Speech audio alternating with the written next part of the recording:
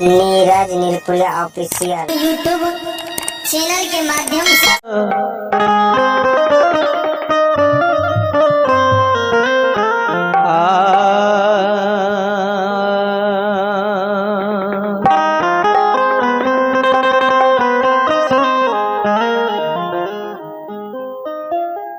सिकिया के डालिया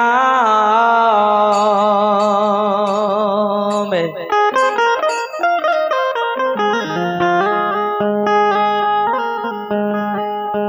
एक मोठी तुलसी फूल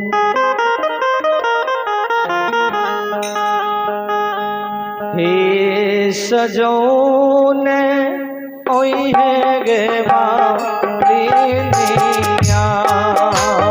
सिकिया के डालिया में एक मोठी तुलसी फूल सजाने आई है गे मालिनिया।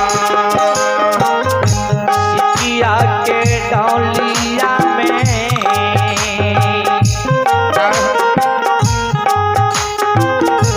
एक मोरी तुलसी फूल सजोने ओहे गे मौलिनिया। सिकिया के डालिया में एक मोटी तुलसी फूल सजाने आई है गे मालिनिया। साजौने ओहे गई मलिनिया गे हे मनौने ओहे गे मलिनिया।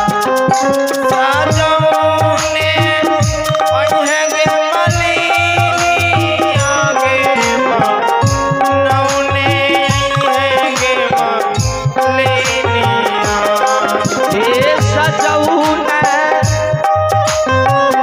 ओहे गई मलिनिया गे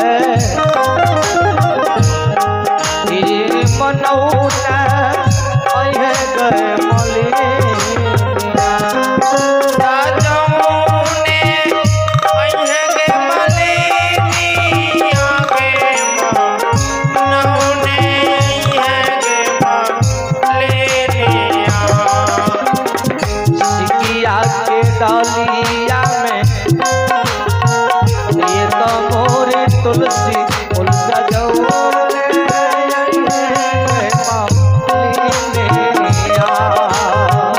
सिकिया के डालिया में एक मोटी तुलसी फूल सजाने आई है गे मलिनिया।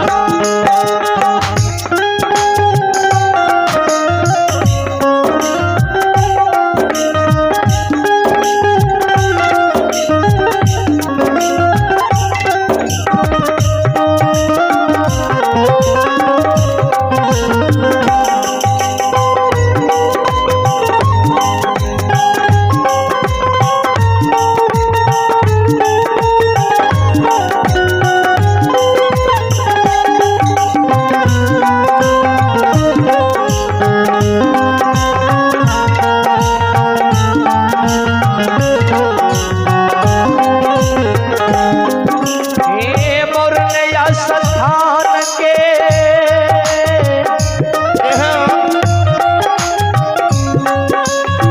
मैया भागवती के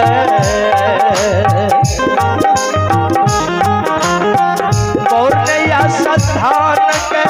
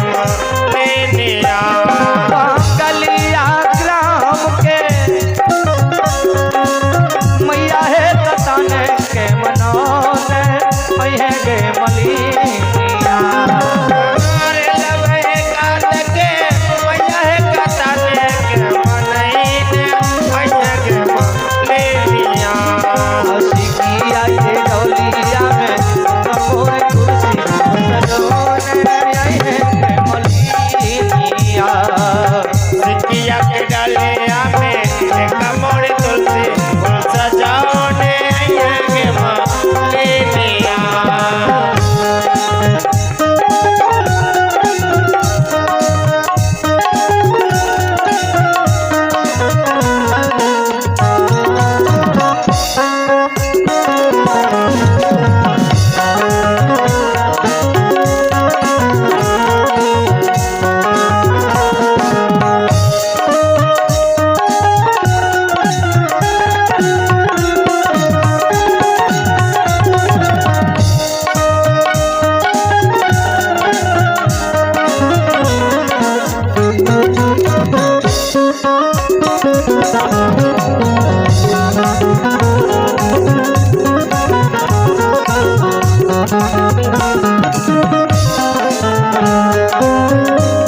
हे मनसी घाट के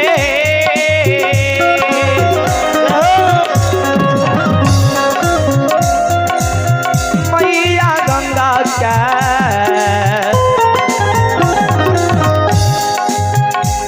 हे मनसी घाट के हे मैया गंगा के मनोन गे मलिनिया। मनसी घाट के मैया है गंगा के मनईने आई है गे मलिनिया। हे मनसी घाट के मैया गंगा के मनोन गे मलिनिया। मनसी घाट के मैया है गंगा के मनईने आई है गे मलिनिया। सिकिया के डलिया में एक मोरे तुलसी फूल सजोने आई है मलिनिया। सिकिया के डलिया में एक मोरे तुलसी फूल सजाने आई है गे मलिनिया। हे नीरपुर ग्राम के मैया काली के